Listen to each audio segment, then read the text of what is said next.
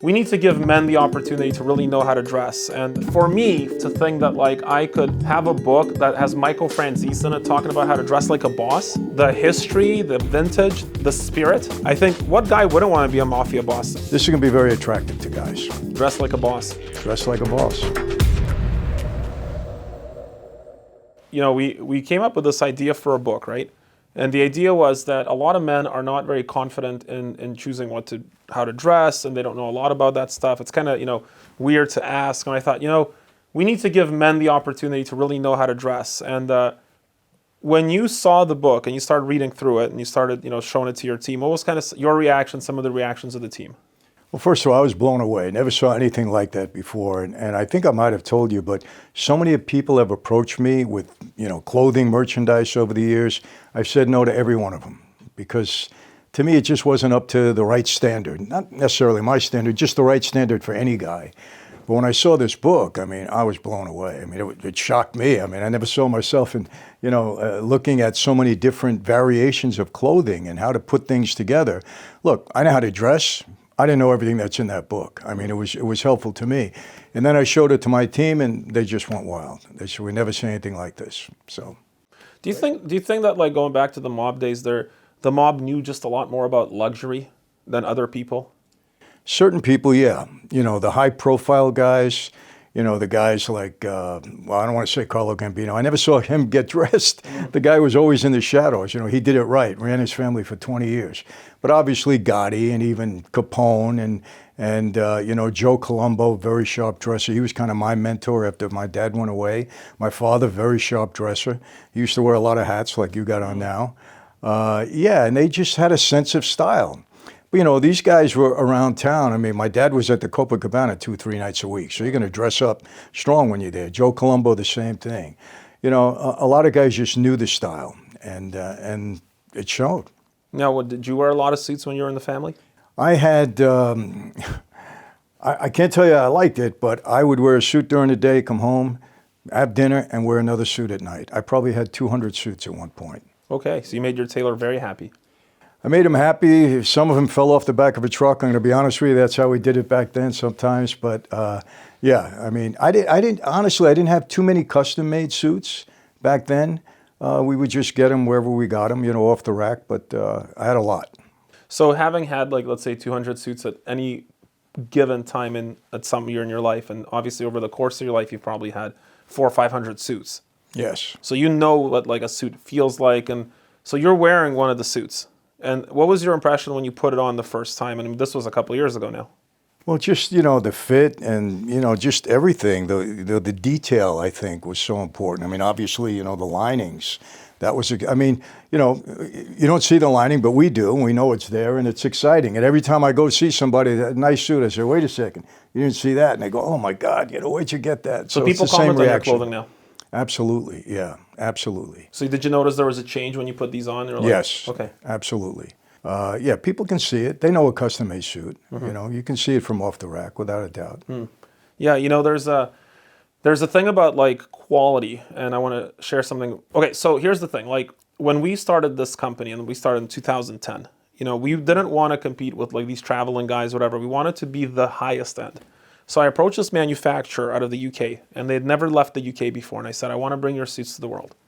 And Edward is the guy that started the company 40 years ago now. He goes, Dimitri, there's no market for these suits anywhere else in the world. I go, what do you mean? He showed me the list of stores he supplied on Savile Row. He's like, you're not going to be able to sell this anywhere else. I said, people know quality.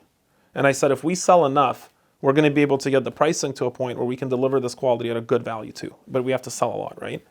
And then he started showing me the processes, how they actually designed the software to make these suits. And it was a guy who was 90 years old, a master tailor, had been Savile Row for 60 years. Literally had just spent his whole life there. And it took him 25 years, first of all, to become a master tailor. That's how long it takes. These are the most skillful people in the world. Just curious, why would he think there wouldn't be a market for it? Well, because they said that now everything is moving towards fast and cheap. And I said, well, we're not doing it fast and cheap. We're doing it really high quality. So the entry level for the price was a little higher than the market was expecting. At the time, these traveling guys would come through and sell a suit for $400. And I said, I'm going to start at 800. And they said, well, not, how are you going to do that? I said, well, let me handle the sales side. But people know quality. You know, the way you build a business is actually on the back end. It's with your repeat business, because the repeat business comes easy when the client loves. If you love a restaurant, you're coming back, and that's your restaurant. You know.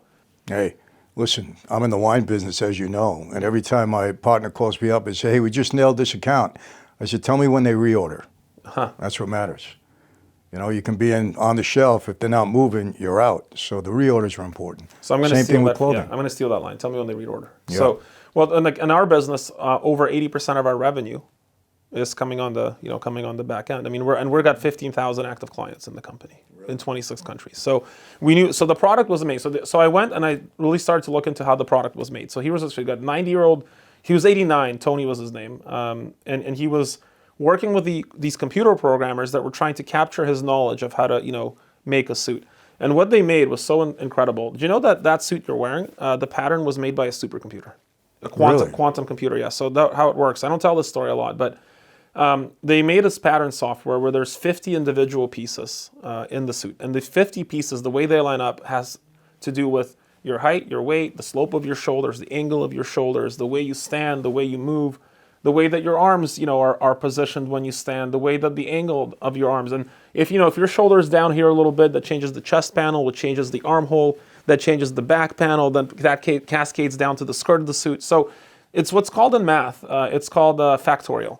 So for example, if you want to figure out how many different ways there are to arrange the numbers 1 through 5, you go 5 times 4 times 3 times 2. And so that's a number of arrangements. So 50 different pieces is 50 factorial. 50 times 49 times 48. And to give you an idea of the magnitude of that equation, that's like 3 times 10 to like the 58th power. It's roughly equivalent to the number of atoms in the universe. So how do you feed that information into? Yeah, so you can't do it on a normal desktop. It won't do it. You have a quantum computer, a supercomputer, which basically is able to perform so many different iterations at any given time that even though we rent this thing at $14,000 an hour, it takes us, $14,000 a month is what we pay to have a share on this computer. It's 1 hour for each client's pattern to make it right now. Like, we're moving that to AI in order to reduce the cost and increase the amount of patterns we can produce in a given month. Okay, but question, because I remember when you fitted me. Yes. What information do you put into that computer in order to get? Yeah, so we have 2 lines, right? And we're going to talk about the web store. We're going to have the Franzese line. One is just ready-made. A lot of people can put on a 42, a 44. They're looking beautiful. They're great, right? And we can get a ready-made suit at a price point that's very much within entry-level market price on suits, which is incredible because we own our manufacturer and we have a good volume. We're buying the fabric. We have relationships, I know, with the CEOs of a lot of the top mills. They're all coming to us and giving us deals because they want us to push their fabric, right? So we can get in the market at a really good price. On the custom stuff, that's a different market. It's more expensive. We take 28 different measurements and 4 photos. So a person comes to you, takes you, like you had a person come to you. Mm-hmm. And then, by the way, when you put on that suit for the first time, you probably had some expectations, and then probably something happened at the end of that fitting where your expectations were probably you were surprised a little bit, is my guess. Yeah. Tell me about that. Absolutely. In other words, from the time I was fitted until the time I put the suit on? Well, you got measured, and what's your expectations the first time you get delivered? Well, because you've had a nice experiences. Suit. Yeah, it's going to be a nice suit. Right. You expect it to be good, but until you see the style, because again, I did this kind of blindly. Yeah. I left it up to you, and I said, "Hey, make me the suits." And I was just blown away with just the detail, I think, more than anything else. It was the detail and the fit. Everything was perfect. That's the shocking part, right? Everything was perfect. Because you're not expecting the first fitting to be like, wait, this fits? Yeah. What we found. Yeah, you did it in one shot. Yeah. Yeah. And absolutely. what did AJ McLean, he lives not far from here, from the Backstreet Boys. We have him on video saying, I can't believe this fits the first time. He was shocked. I want to say thank you so much to LGFG. You guys have literally blown me away with only one fitting and the amazing looks that you guys have presented to me today. I am forever grateful. This is the thing, is that what we notice is that clients don't want to go through many iterations. Like, they get frustrated with the process. I'm one of those guys. Me too. Yeah, I don't have patience for it. Yeah, and we work with like the top law firms around the world, the top consulting firms. I've dressed 2 or 3 sitting prime ministers. Mm-hmm. My clientele, like Alice Cooper, Ozzy Osbourne, Jordan Peterson. These are the people that I get the humble opportunity, the blessing to work with. And I know they don't have a lot of time, and they shouldn't have a lot of patience because people are lining up to do favors for them all the time. So it's like, if I show up, and I get to see, Jordan Peterson, again, that says something about, hopefully, about the quality of the work. Sure. And because he has anything he wants, it's just the way that people operate at that level, which is good for him. He deserves it, right? Right. And so what we realized about our clients, who were like the top lawyers, the top bankers, the top politicians in the world, a couple of gangsters probably too, we see a lot of money in our business, is that they wouldn't come back if the process was frustrating. So we needed to nail it. And so when I found these guys, they showed me the process. We measured, we take photos, and then this pattern works for an hour. The computer does its magic. And then you put it on, you're like, and I have Alice Cooper saying this, and Alice Cooper was 75 years old when he got his first suit from us. He said, Dimitri, and we have this on camera, he goes, Dimitri, I've had so many suits in my life, I've never had a suit that fits like this. Yeah. He goes, I was born in this thing. That's what he said. This feels like I was born in it. I mean, it just hangs perfectly. Guys. Out of all the suits, this one just goes, oh, I am you. Think about handmade. It's amazing. And so for the clients that want to experience, the bespoke, the true bespoke, elevated level, what they're getting from us are a couple things. I'm going to pitch it a little bit here. First of all is the pattern. 50 individual pieces constructed in factorial form. Incredible stuff. We can replicate it perfectly every single time within 5% of fit. The 5% is just cloth stretched during manufacturing. And we guarantee that to our clients. Because we know, don't you hate it when you get something you like and the next time doesn't taste the same? Absolutely. Ours tastes the same every time, and that was very important for me because we're a multinational enterprise. Like we're operating at a pretty high level here, and to get the business of Ozzy Osbourne, like that kind of stuff, right? Mm-hmm. The next thing is the detailing. So we import our shoulder pads from Germany. Helsa, the company that makes them, it's the best shoulder pad in the world. We didn't want our clients to wear the suit for 3 years and say it's not the best anymore. We wanted your suits are as good as they got them. Yeah. Yeah. Our chest pieces come from Italy, and this is very cool. So the way that, have I told you this before, by the way? This is cool stuff. No. So yeah, a lot of our clients get this thing and it's amazing, but they don't know the details behind it, right? So when you talk about our chest pieces, so a lot of nowadays, it's all about speed. So what you do is you buy a chest piece, and the way a suit is made, the chest piece is actually like canvas and horsehair and interlining and usually synthetic horsehair. We still have real horsehair in some of our chest pieces in the higher level. So we really take that like a violin bow, Anyway, so these layers are pressed together with immense heat. It's like 2 metric tons of pressure and like 200 degrees Celsius, like super hot, lots of steam, and then they come out wet. And then you have to dry them. So what large manufacturers for suits do is you take the chest piece, you put it in an oven, you bake out you steam out, you bake it, you put it back in the suit. It's dry, but then it's already permanently shaped when you put it on. And then what happens is, you've had suits like that, you wear them for like a few months and they start to lose their shape. Mm-hmm. They're not as appealing and pleasing to the eye of the market as they were when you put them on, and they don't feel the same. And we reverse that process. And the way that traditionally suits have been made is you take that chest piece that's very wet after pressing and you hang it dry for 24 hours in a room that has to be at 8% humidity. Like tailors over the generations have discovered that 8% humidity is the optimal humidity for a chest piece drying process. So we needed to find a factory that actually had a room at 8% humidity. So there's science behind this. Oh, yeah, lots of science. We've been making suits in the world since about the 1200s. This is, one of the first books ever written was a tailoring book, because everybody used to make their own clothing. And that's something that's been lost in the generations, right? So we needed 8% humidity. And what we know is that a multi-level building, multi-story building, the humidity gets killed by air conditioning. So you need a tailoring facility, and there's not that many places around the world that know tailoring. We need a tailoring facility that was still single story. And we were manufacturing out of England. We had our production and pattern team in England, but England being bombed during World War II, all the buildings were rebuilt multi-story, so we couldn't get a facility that had a single story where we can produce chest pieces. Mm-hmm. So we found a facility in northern Italy that didn't get bombed during World War II. And so we have a single-story building that all of our chest pieces come out of in Italy because we were able to get this single-story building with the 8% humidity control. So that's how we made our chest pieces. Can you imagine? This was like, we started this is like 2010, 2011. Nobody was doing this anymore. Mm-hmm. So you put the suit on, you're like, that's a nice suit, I like it, But when you're a master at what you do, and this is to everybody that follows your channel that's very competent and that has really mastered the nuance and the science of what they do, when you're really at that level what you do, you understand that yes, we go for the feeling, for you to say this is amazing. That's what we're aiming for. But to get that feeling, it's like when you hear an amazing song like Beethoven's, Moonlight Sonata, you get this tingly feeling. That's decades of mastery to achieve just that one response, emotional response, right? Amazing, yeah. And now you put on that suit, you've been wearing that suit for a couple of years now, and it still looks as good as it did. Well, I'll be honest with you. I was filming all day with this suit yesterday, at Sacramento. I just took it out of the suitcase, didn't iron it, anything. Here it is. Yeah. Didn't even wrinkle. How's that happen? Well, so that's an interesting question. This suit specifically with the franzese and the stripe. Yeah. So you notice how this is, I'm going to tell you about this suit. So it is an earth tony suit because it has a sort of maroon undertone to it, but it has a white print. And you have to distinctualize because what happens is it's very difficult to usually match those colors together. And we wanted to show franzese. So in order to accomplish that sort of contrast between the colors, we needed a very special kind of fabric. So we did a poly wool for this. So it's a cellulose, semi-synthetic cellulose. I think Travera is actually the correct fabric. Travera was originally invented for ships, for sailing ships. So it doesn't wrinkle because it's a very sturdy fabric, but it's a 70% wool mix. So we were actually testing different prints to find the right color contrast. And so we found the color contrast, but the reason it doesn't wrinkle is because it's a 30% Travera in the suit.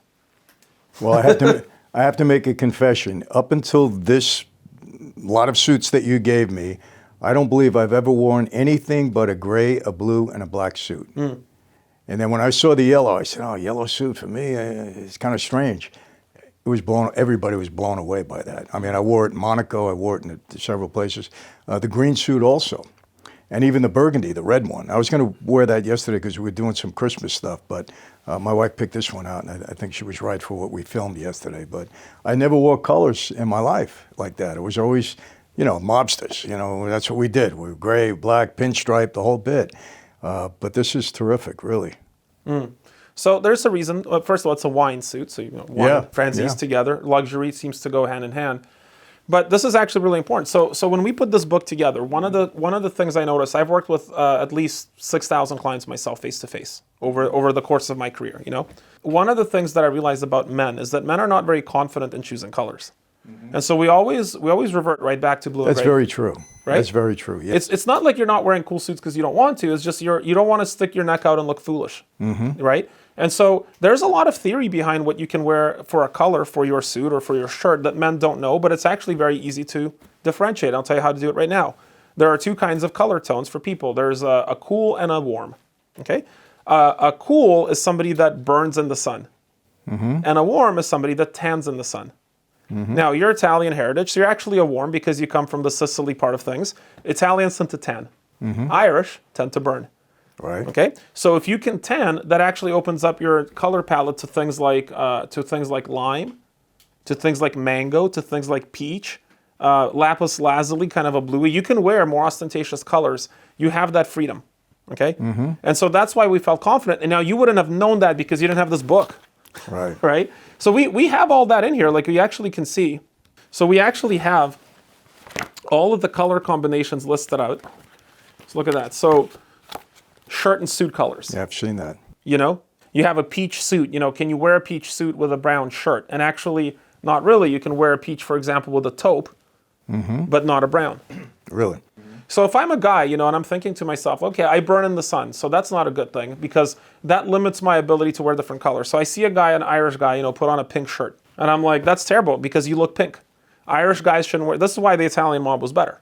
Right. Because you guys could wear pink and you guys could wear lime. The Irish guys, you can't do that. Right. Right? They have to go gray and blue. That's right. So that was something that I thought a lot about. People are and the Italian mob was stronger than the Irish mob anyway. Sure. Had to throw that in. So talking about color and what's really interesting too is like when I think about like the mob, I think about colorful cars. I think about ostentatious lifestyle. I think about luxury, and you guys need to know luxury, and tell me if this was your experience, what I've noticed with my clients is usually clothing came last. It was like, I need that car, I need that watch, and then the clothing came at the end. How was it for you guys? Not all the time. It depends, again, on the person. John Gotti, clothing came before anything. I think even Frank Costello, same thing. He's kind of if I had to model myself, against any mob guy, it would be Frank Costello. He dressed the part. He was, they called him the prime minister. He knew how to, relate with people. He had good political connections, very, very smart, carried himself the right way and dressed the part. And obviously dress is very important. So a lot of guys, I think style came first because it was that image that we were trying to project. I would never go to certain places without a suit and looking like I was supposed to look. Even when we were doing the wrong thing, you come dressed up, you intimidate people a little bit. They understand you mean business, So your clothing says a lot about you in different ways. I'm telling the expert that. But I think for us guys, it was the same.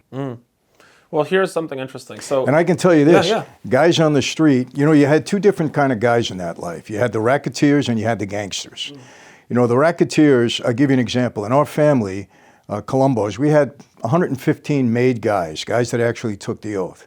Out of that 115, 20 of us were earners. The other 95 guys, who could, whatever, they were trying to earn a living, doing a little numbers, a little gambling. They all had gambling issues. And, they didn't dress properly. But the 20 guys that were in the action, the racketeers, we dressed properly. We played the part because, we were around that kind of element of people. So our clothing was very important. Mine was at the time. So different categories there. I'm gonna lead you into this question because I'm going somewhere with this. Let me ask you this. Were the guys in the mob very fit, at like physically, aesthetically fit, or was it like a whole gamut? Again, the guys at the top, like myself and Gotti, if you notice Gotti, a little bit hefty, but he was fit. Okay. Colombo, the same thing. Yeah, the guys of substance, Yep. most of them were fit. Okay. And the guys that dress well. I'll give you an example. Tony Salerno, they called him Fat Tony, very powerful guy. He wasn't fit, but he never really dressed up that much. He was just a different category guy. But most of the guys of real substance, yeah, they were fit. Cool. So this is the reason I asked that question. Like some guys have beards and some guys don't. Okay. The reason I keep a beard on my face is because I'm not super angular. I don't have the model jaw. So I've learned to put a little beard makeup, meaning I have a beard on my face that helps me hopefully, mitigate things that are not as great, but highlight my best features. Some guys look better with beards on the story, right? Women are masters at this, right? They wear makeup in order to accentuate their best features in order to look, fertile and sexy, right? Yes. And guys know nothing about this. So the reason I ask about fitness, did you know that your height, the width of your shoulders, like just your body shape, significantly impacts which patterns you should or should not wear? I could see that. Yeah, I would think so. We got it down to a science. So when we measured you, we can see you have an athletic body. For you, you're actually a pretty fit guy, and that's amazing. Clearly, you take that. You're an RFK guy, I guess. Take that seriously. Absolutely. And so we actually looked at this. There's a chart here. So look at this. So we have a chart, and it says athletic men. So we have an athletic body here. We can see there's the book actually has a chart on different body types.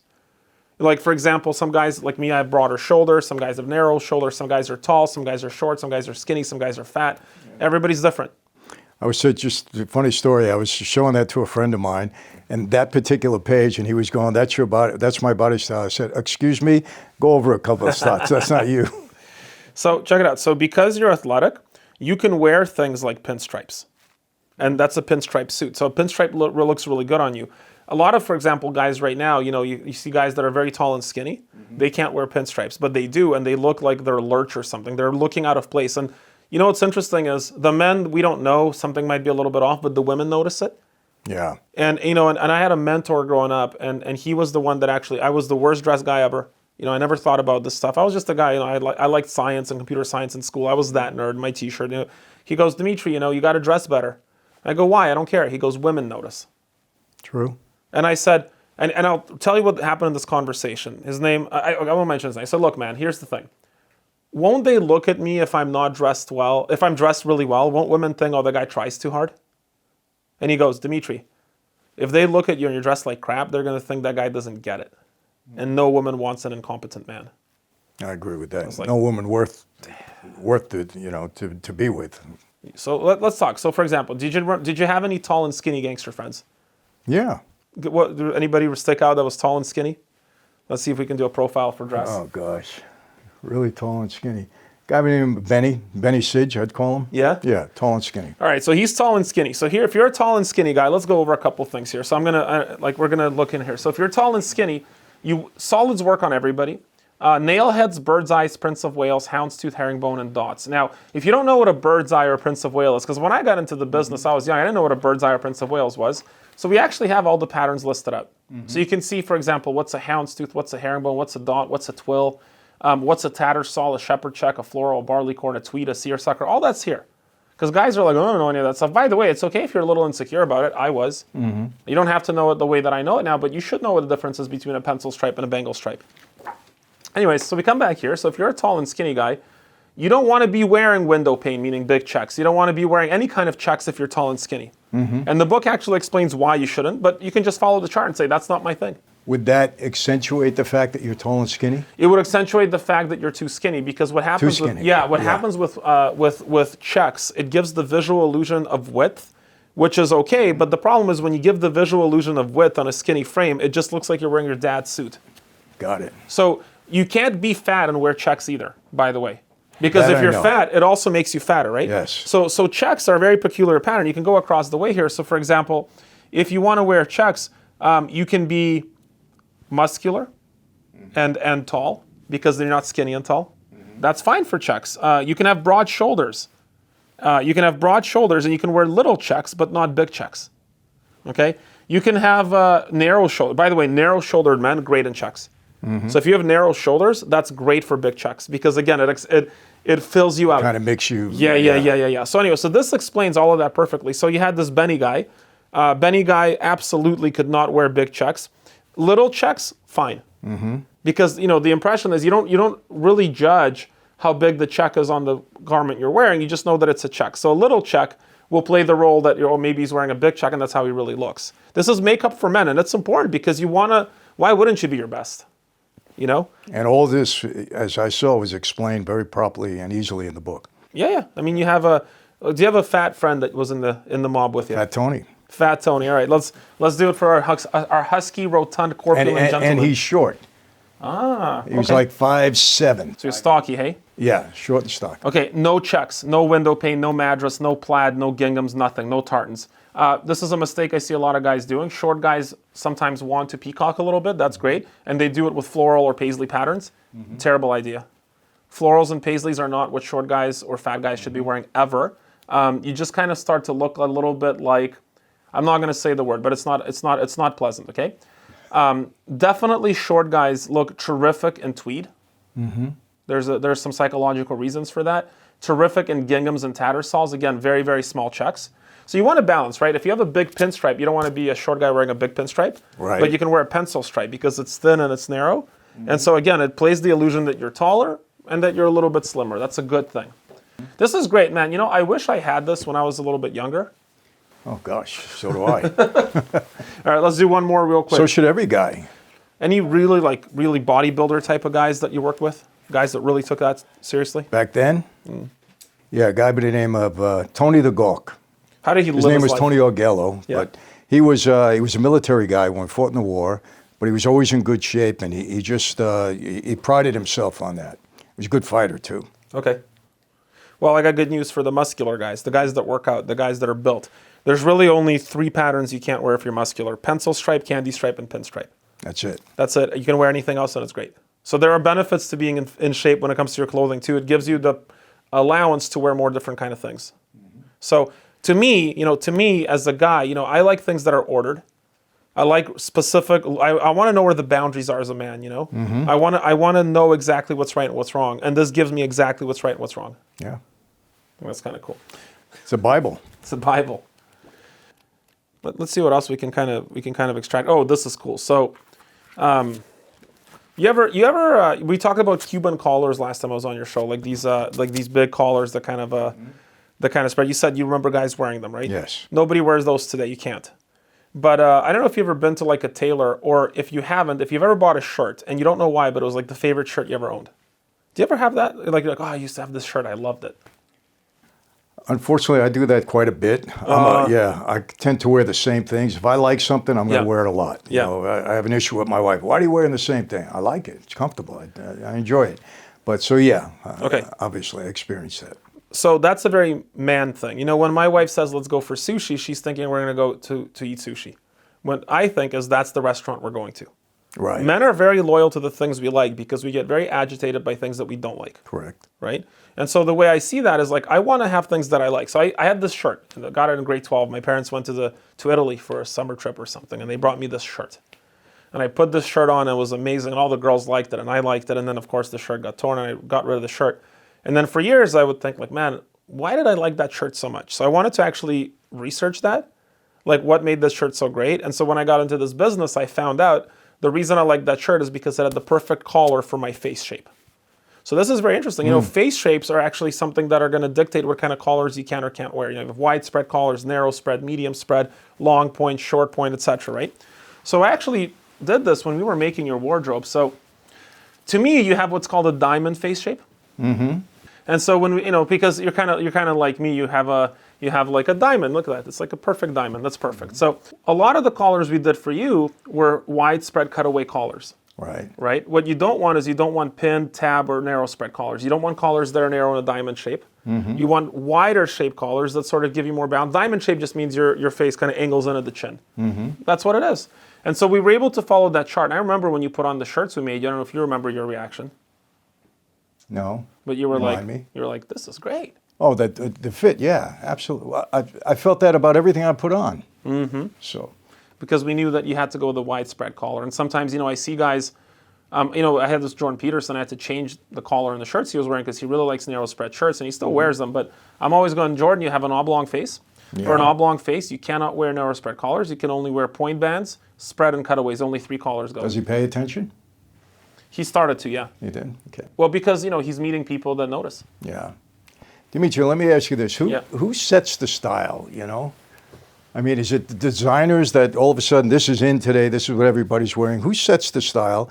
And if you come up with something different that you kind of like, and can't you wear anything that you want to wear if you're comfortable with it and it looks right? Perfect question. Collective conscience sets the style, right? It's like comedy. You know, you can watch comedy from the 40s and 50s or 60s and 70s, and back then it was the funniest thing ever. And now you're like, that's not funny. Right. Or, you know, or sometimes you get this woke stuff going on, and all of a sudden, so there's some collective conscience that rises, and the things that we found funny, they find crude or offensive. So there is a collective conscience that drives things, right? And so I kind of go, I can't remember the philosopher who said this. He doesn't define happiness but by doing things he likes, but by not doing the things he doesn't like. And so the way that I look at fashion with clients is, it's not about getting clothing that are always the best. It's about not doing the wrong thing. I tell my clients, you can get anything you want. Okay? You can get any color shirt, any color suit, any style, whatever you want. Just don't do the thing that clashes with your body. I.e., if you're a big fat guy, like, don't wear big checks. Go for a little check. Does that make sense? Yeah, yeah. So as far as style is concerned, you can wear any kind of collar that you want as long as, it doesn't clash Don't with wear your the body wrong type. ones. Yeah, just don't wear the Like wrong ones. there's 24 different collar styles. Like off the top of my head, there's probably 100 if you really want to get granular, right? But the 24, you know, if there's 8 that you shouldn't wear, just don't wear those 8. And then, but you still have so much freedom to play. Now, the problem is, of course, guys don't know. So the reason that guys are afraid to go outside of things is it's not because they're not going to be stylish. It's actually because they're going to look bad. At the end of the day, it's not like I don't want to be, you know, a fashion model in Milan. I just don't want to look like crap. So if you look good in something that hasn't been worn in 15 years, but you look good in it, and that's your style, then Why you can not? wear it, right? Of course. Yeah. What do you think about it? Yeah, I agree. I totally agree. Well, that's not in right now, and that's not what they're wearing. It looks good on me. I'm comfortable in it. Why can't I wear it? That's my attitude all the time. Well, you also get guys that go, I've had these clients, like, I want to wear that because that's what's in style. I'm like, that will look terrible on you. Like, don't do that. Right. Like, a couple of years ago, double-breasted suits started coming back in. We have a really good guide on what's a single-breasted, a double-breasted suit, what's a notch, a peak, a shawl, lapel, like, what does it all mean? And guys started coming going, I want a double-breasted suit because it's in style. And I would have to, again, reference them back to this and say, here's the thing, man. Double-breasted suits are terrible for your body shape. If you're heavy, double-breasted suit. There are double-breasted, single-breasted. If you're short, you know, double-breasted suits aren't good for you. If you're heavy, you can wear some double-breasted suits. It just depends on how they're styled, like certain lapel things. It's a little bit, again, there's charts to kind of show. You can kind of just follow the matrix. You know, this is funny. Going back to the 60s, there was a guy around my dad, and his name was Philly Vazzari. I'll never forget. And he was probably about 5'8", but he was kind of chubby, and he would wear double-breasted suits. Yep. And my father would always harass him for it. You're too short and you're too fat. You shouldn't wear a double-breasted suit. I think he was right back then because it didn't look good on him. Yeah. So if you're short and a little bit chunky, you shouldn't wear a double-breasted suit. Especially back then, because back then double-breasted suits were cut longer. And longer cuts are terrible for shorter guys because it gives the impression that you have short legs, which you already do. Yeah. And that's fine. What you want to do is you want to cut for a shorter coat. Got it. And you want to elongate your legs. So one thing that would be very good, for example, if you go for a high-waisted pant, we explain this all in the book. And it's not like a lot of reading, it's just charts. And like if you want to Yeah. follow up and find out why you shouldn't do it, we explain that in the book. Right. But if you don't want to do that, just follow the chart. Just say, hey, I don't. It's very easy, yeah. Yeah, that's. You know, that's one of the things that impressed the people that I showed it to. They said, this is very easy. It's paint by numbers. You can match it up easily, which is important. Because guys don't like to spend a lot of time on that. Women would spend time on that. Guys are not, you know. But if it's easy, okay, got it. One thing so shoes were a big thing in the mob. Yeah, Okay. absolutely. And I was told, and tell me if you think this is true, you're more experienced than I am in life, you know? You've had a couple more circles around the sun, so you know things that I don't know. Yeah. Do you think that it's true that the first thing women notice are your shoes? Absolutely. In many cases. I mean, listen, I live with women, one wife and 5 daughters. Let me make that clear. And accessories are important to them, especially shoes. I can't tell. If you go up in the closets or look up here, you're going to see nothing but shoes. So yeah, I think they notice that first, as a matter of fact. That's what I heard. I was told shoes and watches. Yeah. Women notices your shoes to determine whether you're competent in selecting your sense of style, and she notices your watch to see what you do for a living. Yeah. Because the watch doesn't tell time; it tells you how much your time is worth. Exactly.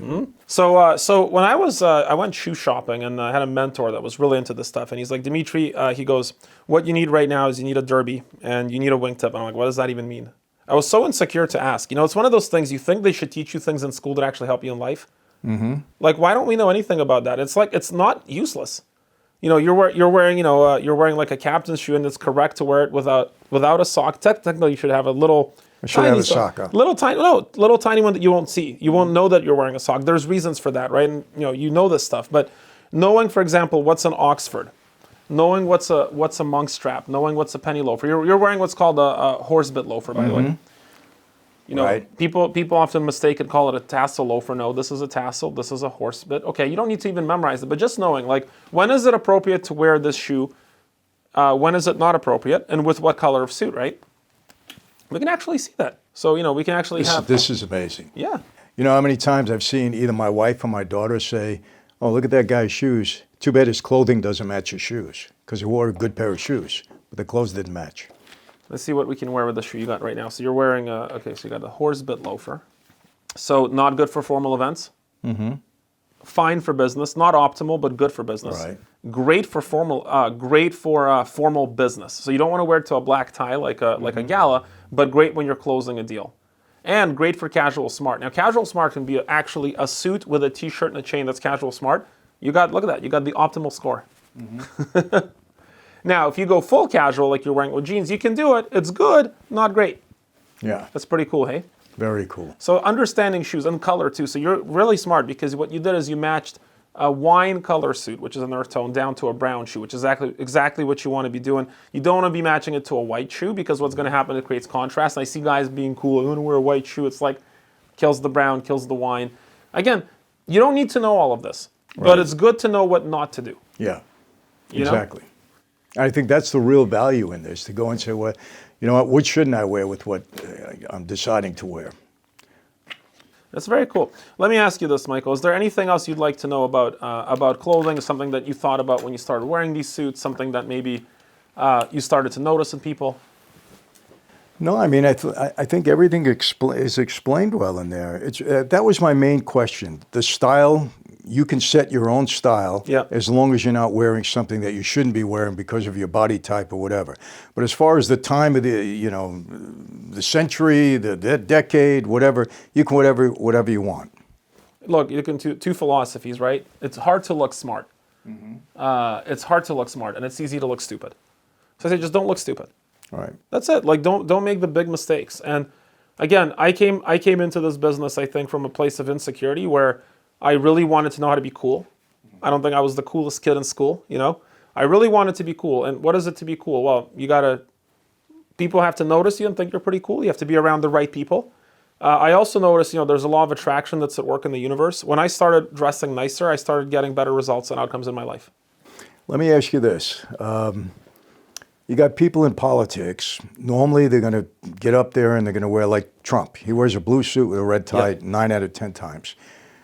Is it improper for him to wear colors or or does he have to maintain, because of his position, does he have to maintain, that kind of an image all the time?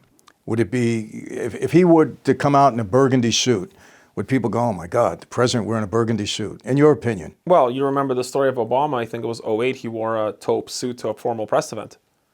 And the internet at the time, the news blew up. And I understand do remember why. that, yeah. Yeah, because what it signaled at the time is that Obama didn't respect the institution of the presidential office. Mm-hmm. And now people, and at the time we already wondered to ourselves, like I didn't dislike Obama because he was a good orator, and I think that is important for a president. Policy-wise, different story. Right. But the question about Obama, is he really loyal to America? A lot of people ask, you remember that question? Yeah. People wondered. And Yes. then and if you're going to be loyal to the country and you're holding the highest office in the country, you should probably respect that institution a little bit more than even the next guy or the last guy. And he came out in a taupe suit. And the other thing it wasn't even an American-made suit, because all the U.S. presidents used to get their suits made in one factory. Obama broke that link and he went Canali Italian suit. Hey, great Italian suits, you're Italian, whatever, cool. But when you're a president and the question is, are you loyal to the oath of this country, and you're wearing a suit that doesn't respect the institution of your office, and you're doing it in an Italian suit, you're also sending the wrong message. And I don't think it was intentional, but that story blew up, man. I remember that, yeah. So does that not answer that question? So of course it impacts, right? And I actually did a podcast about back a few months ago, before Biden got completely, ramsacked out of the office with the coup that happened there was a debate between Trump and Biden. And I'm watching that from a tailor's perspective, and I did a podcast on it. It's long and boring because it's very technical. Mm-hmm. But the moment that Biden walked out, I said, he's gone. Before he opened his mouth, I said, he's gone. Because of his clothing? Yes. Because there were a couple, I can tell you exactly what the issues were. Number one, Biden's got an oblong face, and they put him into a narrow spread collar. Anybody that's dressing the president knows this is a major faux pas that makes you look droopy, especially for old guys. If you're old and you got a droopy face with a jolly neck, and then you're wearing a pointed collar, it just extension, it makes you look older.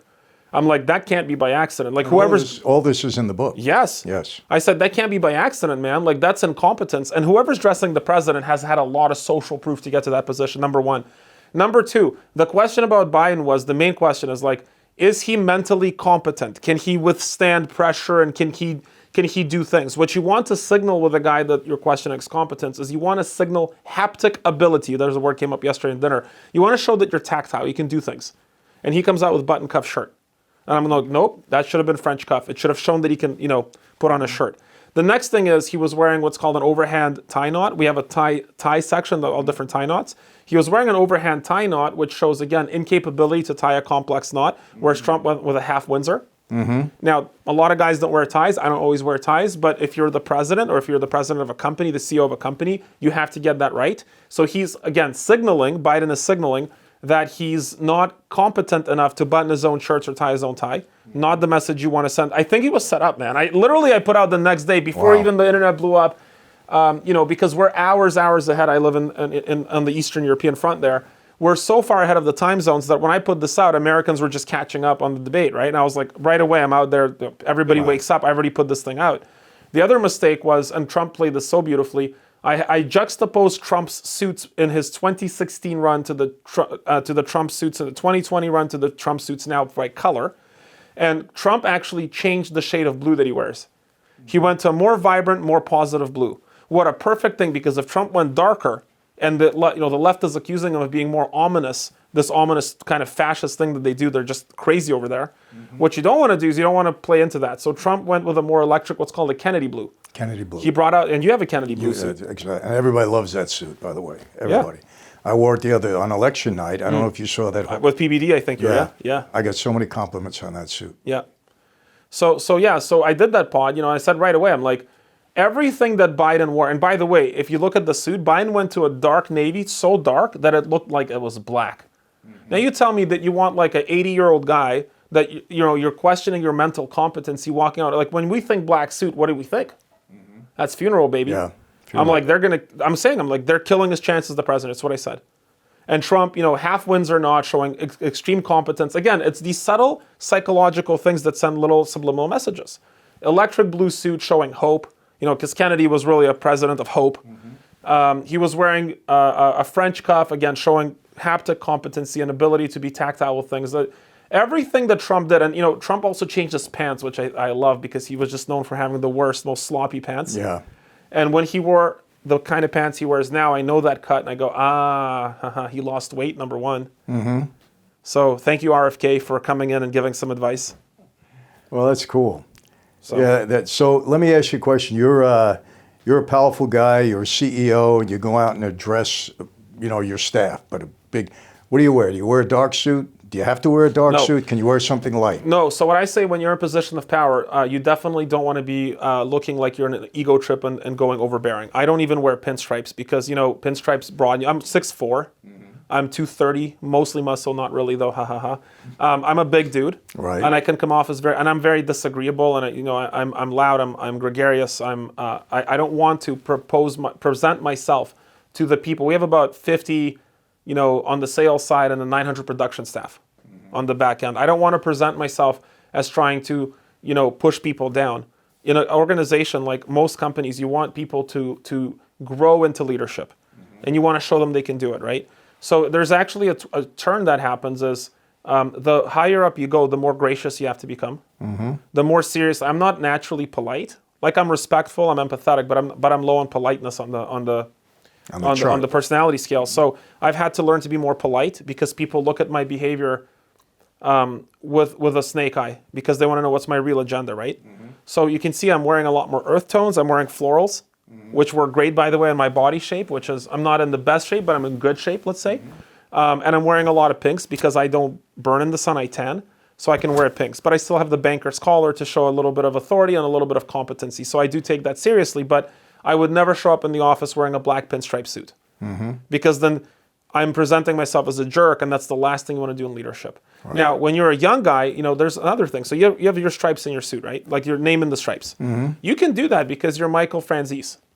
You couldn't do that if you were, trying to become a made man, and you go up in front of a boss like a Caprigione, you're walking in there like that. He's going to think you're being disrespectful. Yeah, exactly, absolutely, without a doubt. What are you trying to show me? Well, and I tell sometimes young associates, I would dress associates at law firms, and they're going like, "Oh, I want this really cool lime suit." I go, "Dude, I'll sell you anything. Like, I'm in business, but can I please give you a little warning? Mm-hmm. Like, I know you want to stand out, but right now is not the time." Not the time, right?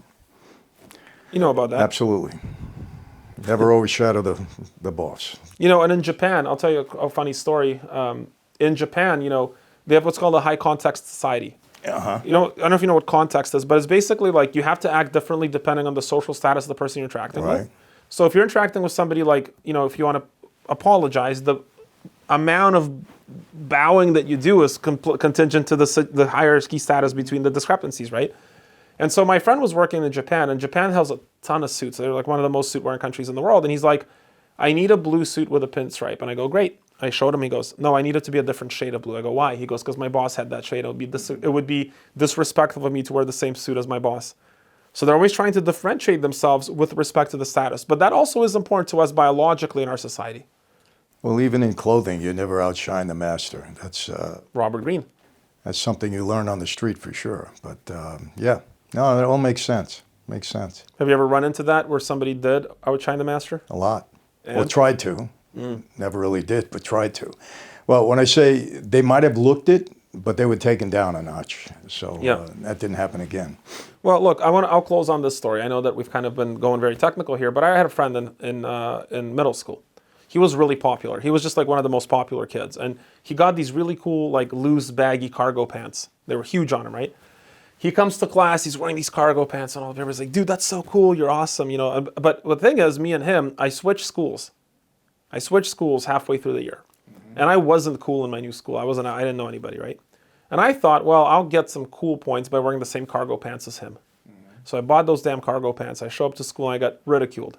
Like, I can't tell you on camera what they said about my pants. Mm-hmm. And it was the same pants. The difference was that his social status was higher than mine. Right. And so that's something you have to consider in clothing. And that's something we do touch on in the book about, peak lapels, for example. You're wearing peak lapels. Yeah, because you're the boss, man.